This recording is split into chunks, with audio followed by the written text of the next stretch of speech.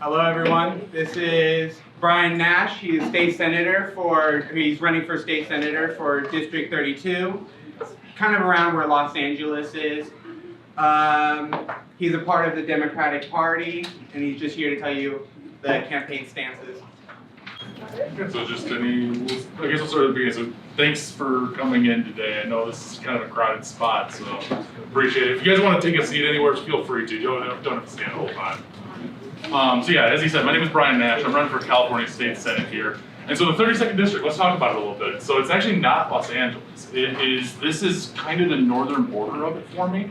I go to Chino Hills, Yorba Linda, and then after that, everything is east of there. So essentially, I go down to Temecula, which I don't know if you guys are familiar with it, but it's probably about 45 minutes to an hour away from here.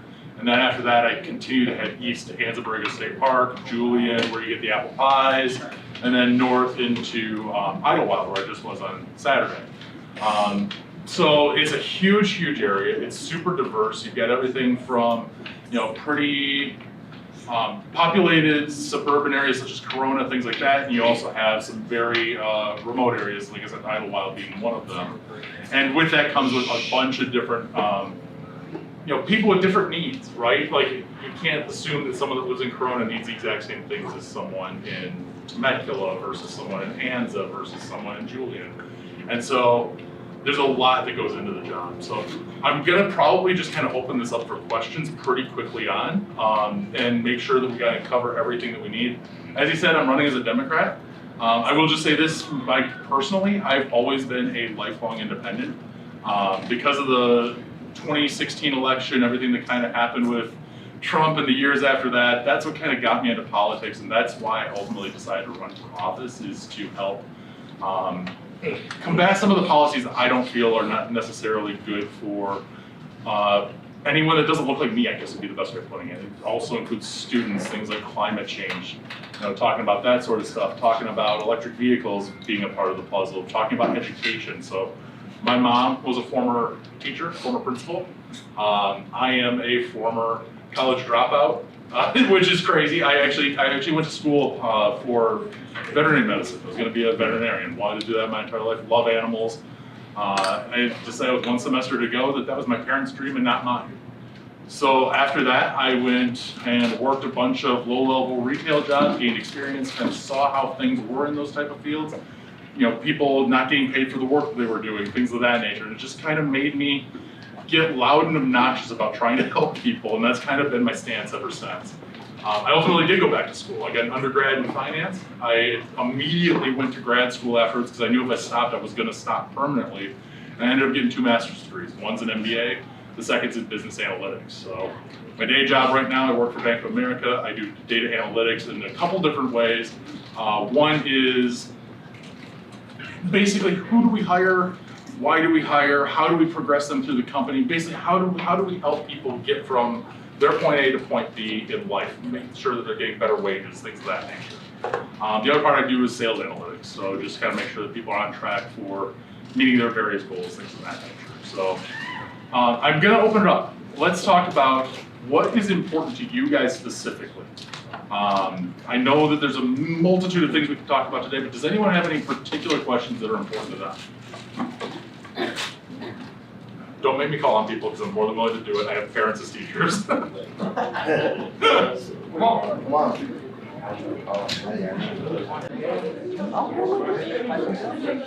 We don't need to talk amongst each other, guys. Come on.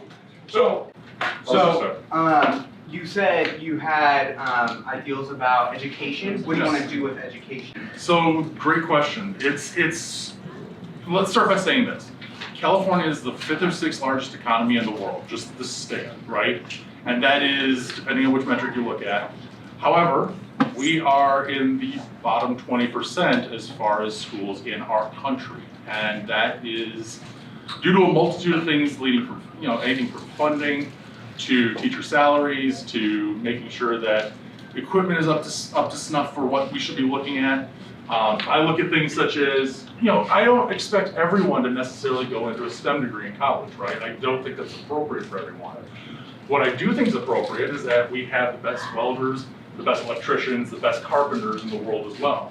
And so I want to make sure that we have programs available so that not only are people able to go to school for those types of, computer programming, computer science type things, but I want to make sure that we have the ability for everyone to go get the job that they want and be able to actually live out the career that is right for them. One other thing I will say about that is I grew up outside of Flint, Michigan. Any of you guys ever heard of it? What do you guys know about it? What? It's a problem, isn't it? So let me say this, that water issue is still an issue. It hasn't stopped. It's better, but it's not gone. But that issue didn't start just in the last 5-6 years. That issue started 30, 40 years ago. When I grew up, GM was the big industry out there, right? And they eventually moved out and nothing replaced them. So there's no jobs, no opportunities, things like that. Now, fortunately, with being in Southern California, there's plenty of stuff around, but what I want to see is opportunities that are right here. So people don't have to go to LA to get a job. So people don't have to go to San Francisco to get a job. So people don't have to go to San Diego to get a job. And I want to make sure that we have the tools, the education, the skills to make that happen. So I think that there's a lot of talent here, and I also want to avoid the potential issue. We have a lot of warehouses around here. Those are not job producing things, right? They're run by few people. Robots, if they haven't taken over, they're going to in the near future. There's not a real huge future in that. So I want to make sure that we diversify our workforce as well. So education is the start for that. Okay, and then you were talking about battery cars. How do you want to do that for like energy-wise? Because I know we're going into an energy crisis, and we're already having hard times keeping up with the supply.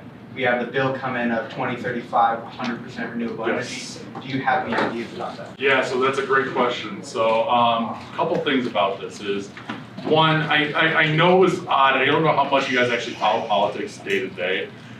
So Newsom put the order, we're going to try to go full electric by 2035 for all new vehicles. A couple days later, we get that nasty heat wave, and we end up with the issue where don't charge your electric vehicles. And so that's a terrible visualization, right? You don't want to say something so aspirational and just immediately be kicked in the pants for it. So my thought is twofold. One, we are still talking about a decade before this happens, and we're seeing better and better vehicles all the time for this. My wife and I, we drive a Jeep 4x4. So it's a hybrid vehicle, and they're going to be coming out with their own electric vehicles, things like that. So the two things I want to look at with this is, one, over time the technology is going to get better. The ways that batteries are made is going to get better. Just like the cell phones we have. 10 years ago, this thing was lucky to hold 20 songs on it, and now it is literally a world at your fingertips. I see similar things happening in the battery space. And plus, we also have the Salton Sea nearby, which is a huge, huge opportunity for, not just mining the materials, but also doing some of the production here in the area. So I think that number of vehicles is definitely going to get up to speed over time. I think the technology is going to get better as we continue to go along and as the needing improves. And then the other piece of the puzzle is making sure that people can afford them, right? Because, great, someone can buy a Tesla right now because they have $100,000 to spend, but what about the kids right out of high school that need to get to class or need to go do their job, right? The good thing is that over time, you're going to see the used car market start to go up, and as these type of plans go through, you'll start to see more of the entry-level vehicles start to make their place as well. So now let's talk about infrastructure and actually making this work. So what I mentioned before, I have a 4x4, right? And it's an awesome car, absolutely love driving it, but it is a huge pain to charge in public because most of the chargers are Teslas. And so I either have to buy an expensive adapter or I just have to run on gas, which is what I typically do. What I would like to see happen is standardization of those plugs. So that way you should be able to go to any place that you want to charge your vehicle in any way you need to. And it should be able to be done efficiently, effectively, and be available. Now, where does that electricity come from, Brian? Great question, right? Solar is something that we should all have as a go-to. Not just for vehicles, but it is something that is, the panels aren't cheap, but they can be subsidized. And once you get into those sorts of things where you continue to bring the cost down for the average user, and I'm not just talking about the people that can afford it right now, but make it affordable for everybody. And then you're doing two things. You're reducing reliance on the grid, and you're making it so that people have access to this in any number of different weather situations. You reduce the risk of brownouts, and obviously you can then charge the vehicles if you need to. It doesn't get rid of the electric companies, but it just targets what their needs are. Does that make sense? Yeah, I get what you mean. And then you were talking about infrastructure for roads. Do you have, like, are you going to put money towards repaving or? Yeah, so there's a couple different pieces of that. So I-15, 215, those sorts of things are federally done, right? So that's not something that is necessarily in my purview, but state level roads, things like that, that is where I can help. And that is absolutely something that I want to do. One thing, here's an interesting anecdote about this. So the last election, there was a seat closer in Orange County, closer to Los Angeles, that flipped from Republican to Democrat. And, it could go vice versa. But long story short, because California, like it or not, is mostly a Democratic state, all of a sudden, money and resources started flowing into that area. So the roads improved, the infrastructure started getting better, they fixed a couple bridges. And so that's kind of the neat thing about it, right? And I'm not saying that it's right, people should get the resources that they need when they need it, but places that have often been ignored because the politicians haven't gone in and demanded the things that they need, a change of pace can often lead to really, really brisk results. But then the key is to continue to harass those politicians, whether it be myself or my opponent or anyone else, to make sure that they're continuing to service those needs. Okay, and then I saw online that you had some things about economy and how, water levels are rising, forest fires, things like that. What are your ideas on that? So, great question. You guys had Fawzia Risby in here really recently. I don't know if you guys had a chance to listen to her. But she's actually running for state assembly, and she's someone I've talked to a number of times just about different options for water, things like that. Water is one of the biggest needs for this area, not just for, obviously combating fires it's crucial for that, but taking it a couple steps further, it's super important for housing, and we don't have a whole lot of it. And so we need to find new ways to make sure that, that water can get to the people that are currently here, and that we have sources of water to service future people that are going to be in this area, because that's just inevitable. And so that can mean a number of different things. It can be recycling wastewater for different purposes. It doesn't necessarily mean you have to drink it, although it is safe to. You could use that for watering plants. You can use it for other industries, agriculture, for example. You also can work on desalinization. So this is something that when I was probably about your age was super, super, super, super expensive. Not something that people were going to be able to effectively do at scale, but things have changed and things are getting better all the saying it's not still expensive, because it is, but when the need is so great, you almost kind of have to step up to the plate, and kind of like the electric vehicles, right? You try to find that new technology, build it out, and over time it grows. Okay. Hold on one sec, I got a question off of that one. 100%. Desalinization, we've been talking about it for what, 10, 15 years, right? Why is it when we have some places right now who've been trying to create the desalinization, especially in Southern California, our state government has shut it down and stopped it? So we do need water. 100%. We've had 2 water board people who are now running for positions, and we're talking about water storage, mismanagement, not catching our own rainwater in Southern California, we're watching it go out to the ocean. But then here we are with ideas of desalinization, and the state government shuts it down.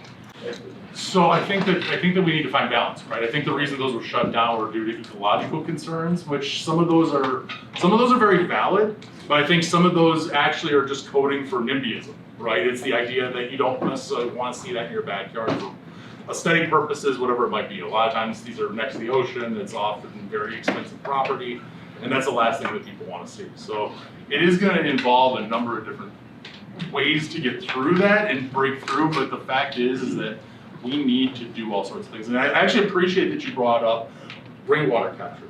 Yeah, we do a bad job in Southern California. 100%. And the other thing we do a terrible job of is maintaining our current water infrastructure. And in fact, there was actually a thing 2-3 weeks ago where Los Angeles actually shut down a major pipe for a day or two while they actually rebuilt that pipe up to current standards. So the amount of water that we lose just through current infrastructure is enormous, and that's actually one of the first places I want to go.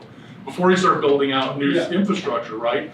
Let's at least make sure that the stuff that we're already getting is delivered to households. Yeah, we live right in the Santa Ana River. Yep. I mean, I've been here for 46 years, and every winter you just see it they get stored behind the basin, Yep. and they slowly let it out to the ocean. We have the technology to start pumping that water to our reservoirs. 100%. We need to start doing it. I agree. agree. It's one of my pet peeves forever, because you see it flood. I can go out in my backyard, you can see the water in the basin, and it's, I 100% agree with you on that. I think that's super important. I think that the need, especially when we have things like the Colorado River not as high as they used to be, that's a piece of the puzzle. I do think we need to find new water sources as well. But I actually am 100% with the idea that let's take care of the things that are already existing, make sure that those are exactly where they need to be. Yeah. And then from there, we'll go ahead and start building that stuff. And again, time, I'm not saying time is on our side, because I don't necessarily agree with that. But what I am saying is, it's a heck of a lot cheaper and more efficient to just fix stuff up first, but then afterwards continue. Technology gets better, then start building, because those things take years and years and years to build. So you kind of have to do it as a dual process. we did this 4 years ago, and we had someone come in, and that question got brought up, and they said that we don't have the technology and the funds to do it. But now they're talking about a pipeline from Louisiana to Colorado. If we can do that, we can go 60 miles from here to Diamond Valley, Lake Paris, Matthews, and start to capture our. Well, let's look at this. Let's just look at this from our perspective. Who gets paid Exactly. on money coming from Louisiana, Texas, etc. Louisiana, Texas, etc. Let's actually build the stuff here so that our people have jobs, so that we're bringing in the money locally, and it's then getting dispersed through the economy locally. So, great question. Thank you. Do we have any other questions?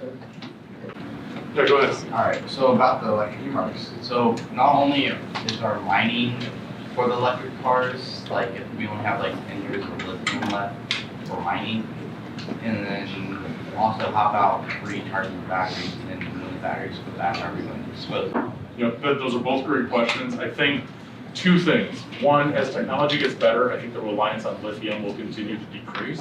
I think that it's an important piece right now, right? But the idea is it takes money to make new products, and that's where the R&D comes in. Yes, you're using the lithium now. I don't know if that's entirely true about the 10-year time frame. I'm not trying to question you, but I'm not 100% on that, so I won't speak to that. But what I will say is, yes, it's a concern. Recycling lithium is obviously a concern. But along with the new technology and the need for cars, businesses are going to ultimately see opportunity in putting in that kind of work. So just like you see TV recycling pop up all over the place now, you're going to start to see similar type businesses. You won't be able to just drop off a lithium battery, but you'll have similar options to be able to deal with the aftermath of that. So we actually have to put the energy into it, right? It's easy to say we're going to recycle and just do nothing with it. We actually have to put the resources to make it happen, and it's also super important. Great question. Do we have any other questions? Well, with all this group being seniors, what do we do with the cost of secondary education?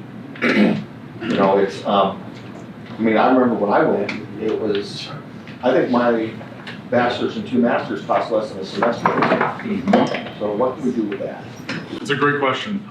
So first thing I will mention is don't ignore the community colleges in the area. They're a great way to get started, and then the credits will transfer to other schools.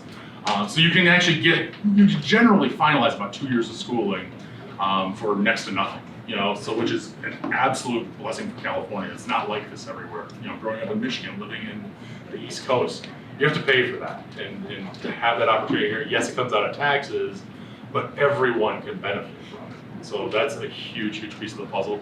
Now, again, I want to mention too, this isn't necessarily about just college. I want to make sure that there are trade schools available, things like that for kids that want to do something different. Not everyone wants to go and be a programmer and sit at a computer 8 hours a day. I can tell you as a person that does that as my day job, it gets boring.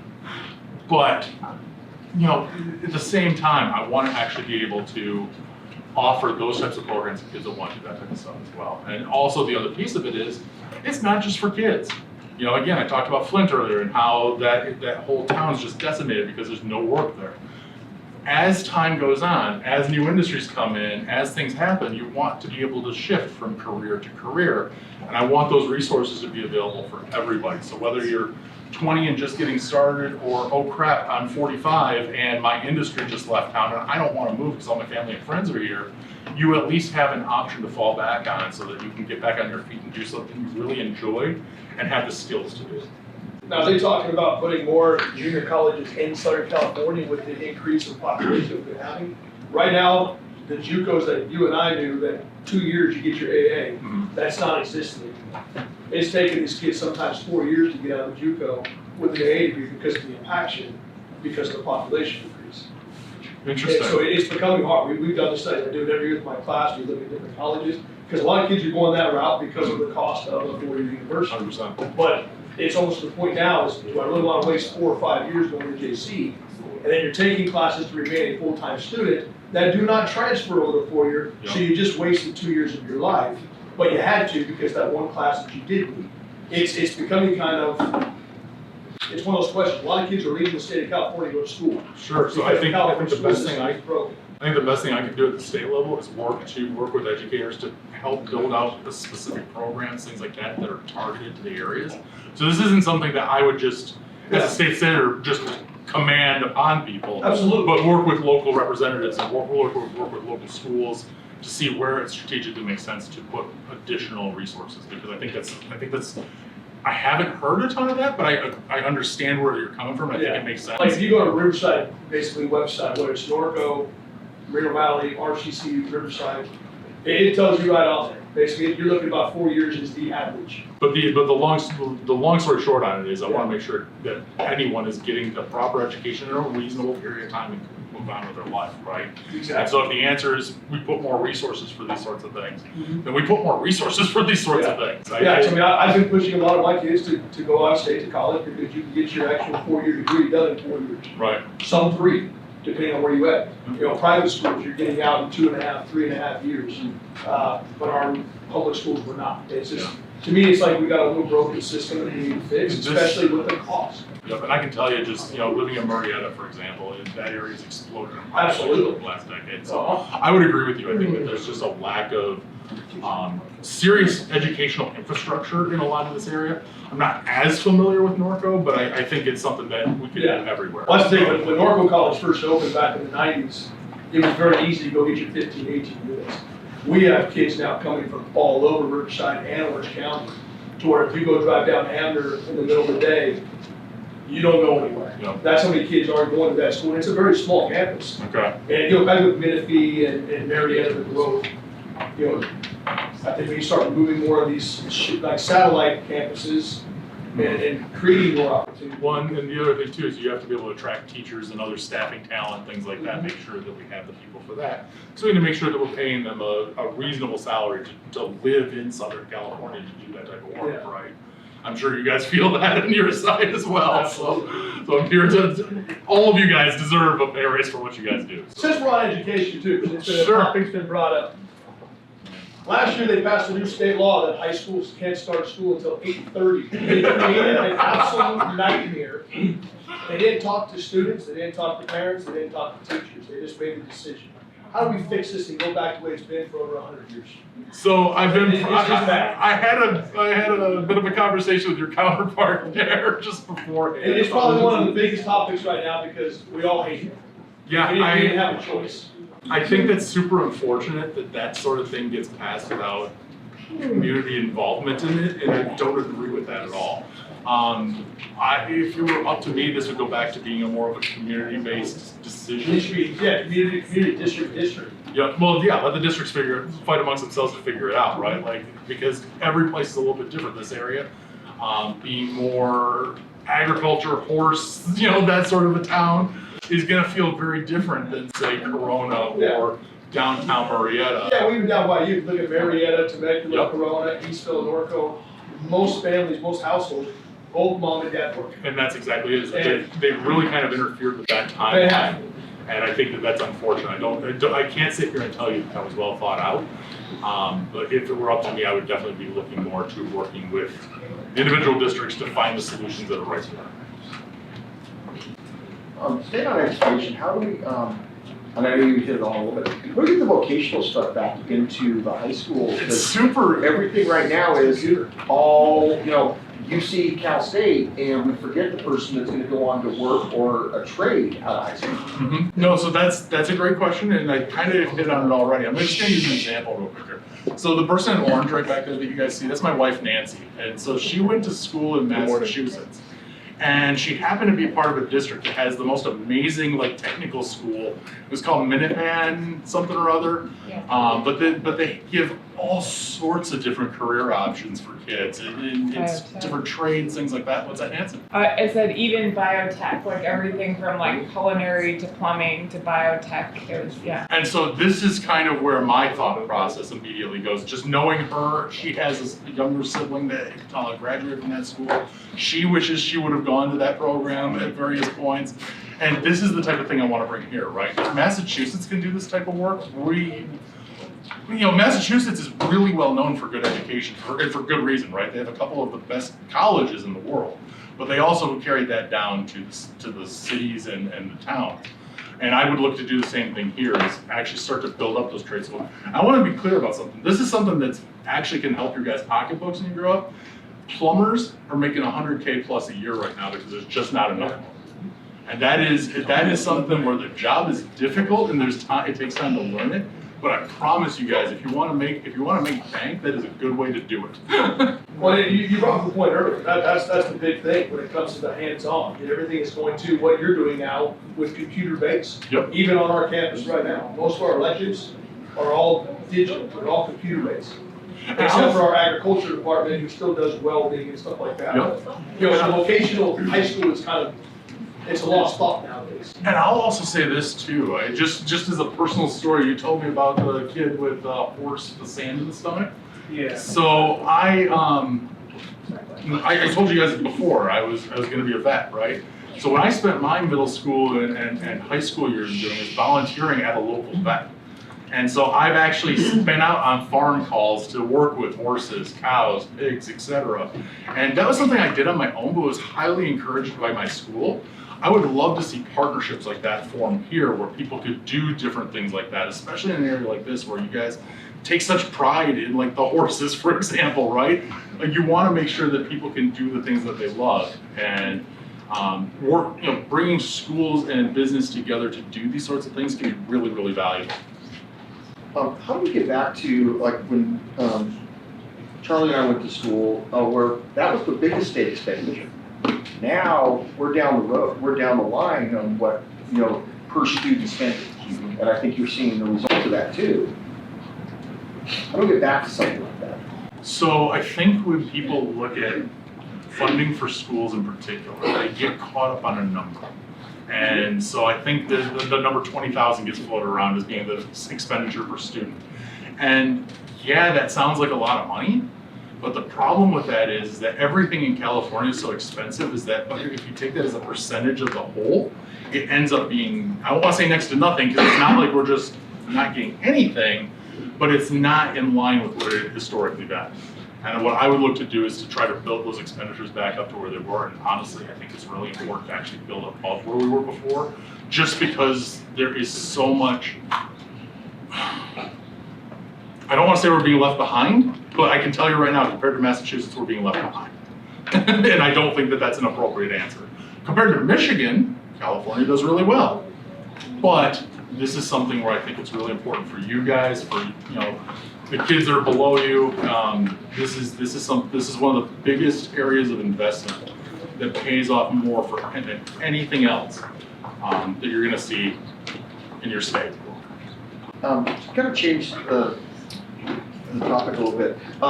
What's it like to run a campaign? That's an awesome question. Because we see sometimes the advertisement, but there's a lot more to it than just what we see from the outside. Yep. No, that's a great question. I'll be super honest with you guys. So my situation's a little different. I have never run for office before. I didn't even live in this area this time last year. So I lived up in Sacramento since 2015 to November of last year. I worked in banking, I still work in banking, that's my day job, and decided to run for office. And so I'm doing both. I'm working full-time. Today happens to be a bank holiday, so that's why I'm able to get in here today. But I'm also doing the second job, which is running a campaign, and that is extremely time consuming. It's extremely difficult at times, but it's also super rewarding. And so how is it difficult? It means that there's days like I've had this weekend where we're traveling, an hour plus to go to Idlewild, spending all day out there, talking to all sorts of people, and it's just physically draining, right? I've had a long work week prior, but I'm still going out and talking to people, and that's challenging. It's amazingly rewarding at the same time because you're getting to learn about all the different areas. I get to learn about Idlewild and how they have a moratorium on short-term rental housing right now because their corporations and investors bought up all the houses in the area, and now the people that actually want to live in Idlewild just as people can't do so because there's not inventory. So you get to learn about all sorts of interesting things. The parts that are hard about it is just the hours that go into it. I'm fortunate to have someone here in Nancy that's super, super supportive. She is.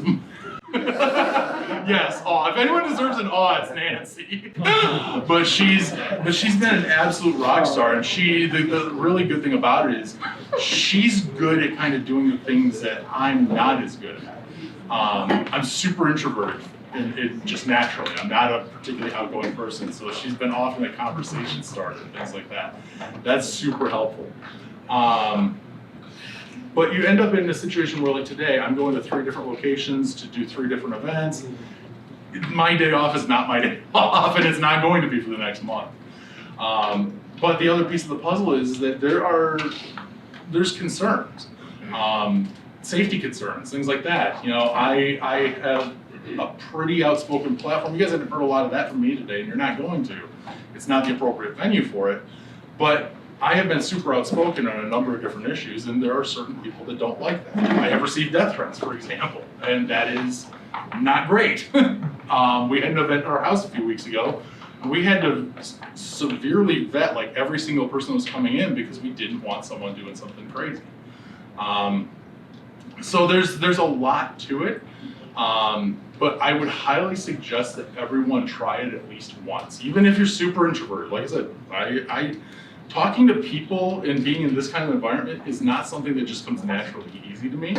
But I've gotten better at it, for one, and it's so cool to kind of get to meet various people, understand their needs, and try to help make every person's life just a little bit better. And that's been the best part about it. Yes, Nancy. Who do you think should run? And how did you know it was time to stop whining about the changes and jump in? So I'm gonna start with the first question. I'm gonna just say this right up front. There's a kid that is running for city council in Chino Hills. His name is Diego Fernandez. I've mentioned him to you guys. I will get you his information. I would love it if he came up and talked to you guys, even though he's not representing this area. He's, 20-ish? And he is so dynamic, and he cares so much, and he wants to make Chino Hills a better, more inclusive place. And I absolutely love that kid. And for me, that was one of the other things I wanted to do with this. I feel like politics in general is too many people that look like me. I want to see a diverse group of candidates from a bunch of different backgrounds. I want to see more women in politics. I want to see more ethnic groups in politics. It shouldn't just be the white middle-aged man show. It's not appropriate, especially in an area as diverse as this. What was the second question, Nancy? How did you know it was time to, stop just complaining about the things you wanted to change and actually jump into doing it? Yeah, so as I said before, Trump kind of got me started. Whatever your feelings are on them, that's up to you guys. I'm not here to tell you how to believe. But what I will say is that he definitely made me jump in. I sat for two different elections saying, I'm gonna do something, I'm gonna do something, I'm gonna do something. And what really got me was the insurrection, the election denialism, things like that just kind of made it so that I felt a need to stand up and do something because however things go over the next 2 to 4 years, I wanted to make sure I at least tried things my way. And I've run my campaign my way the whole time. I have not asked for much as far as donations, for example. I've run my campaign pretty much just the two of us and a group of amazing volunteers that have helped in a lot of different capacities. But I wanted to make something where I could be my authentic self, try to actually do some good for the community, and try to encourage other people, especially younger people, to step up and give it a try. And I promise all of you in this classroom, if any of you ever really had an interest in doing it, I would give you my full time and attention to make that happen. I'm not here to tell you what to believe, what to think. Even if you completely disagree with my politics, I would still help you get up and running just because I think it's important. So that's the kind of person I am, that's the way I view it. So does that answer the question, Nancy? On your campaign, I mean, since we've had quite a few candidates come in this election cycle, what did it cost? I mean, you say you're doing it most yourself. We've done Yes. everything from a congressional campaign to city council. So we've got all kinds of different levels. This is a fun one. So I have raised a grand total, and this is going to blow your mind, under $5,000 the entire campaign. And that is super intentional. And when we heard last week that a member of the city running for city council has over 100,000. Yep, that is the truth. Under $5,000, I have done my. So I'm fortunate, right, in that I have technical skills. I can do a lot of the editing and work like that myself. My wife runs a business where she has a bunch of camera equipment, so we have access to the tools to do that sort of work. I'm not saying that everyone can get away with that. But my base expenditure was signs. I spent about $3,000 on signs. Everything else has been just little bits and pieces here and there to make it work. Now there are certain things that you can't do with that. So for example, I just happen to see this here. I can't do this. So every county has a different version of one of these, and I run in 4 counties. I run in mostly Riverside, but I have parts of San Diego, San Bernardino, and Orange County as part of my territory. For me to get my candidate statement in that book is $7,500 for a paragraph. For just Riverside? For just Riverside. So in totality, it's close to $10,000. And if you're running with a $100,000 campaign, sure, that's a small piece of the puzzle, right? 10%, whoop-de-doo. But for someone that's actively not asking for donations, not asking for a lot of money, that's more than I've made the entire campaign. And so what I'm doing to combat that is I'm putting money into Facebook ads, for example, so that, hey, you're not gonna see my name in there. I'm sure you think that's weird, but here's what I'm doing instead. I'm gonna give you a video with me talking about what the situation is, because most people don't know that you have to pay to be in these, right? So you've got that piece of the puzzle. Plus, you actually get to see my face and hear me speak, whether you like me or not. You get that opportunity. Plus, I'm actually putting my campaign statement both on my website and in those Facebook ads themselves. So I'm giving people the opportunity to see it at a fraction of the cost. I'm not hitting every household, but I'm hitting the demographics and groups that are very, very important to my vote versus certain people that certainly are not going to vote for me. It's just more targeted the way of doing things. But that's how I'm doing it. It's super uncommon. I would like to see a lot more of that. I'd love to see money get out of politics, but you have to be the change you want to see, and that's why I'm doing it the way I am. All right, any other questions?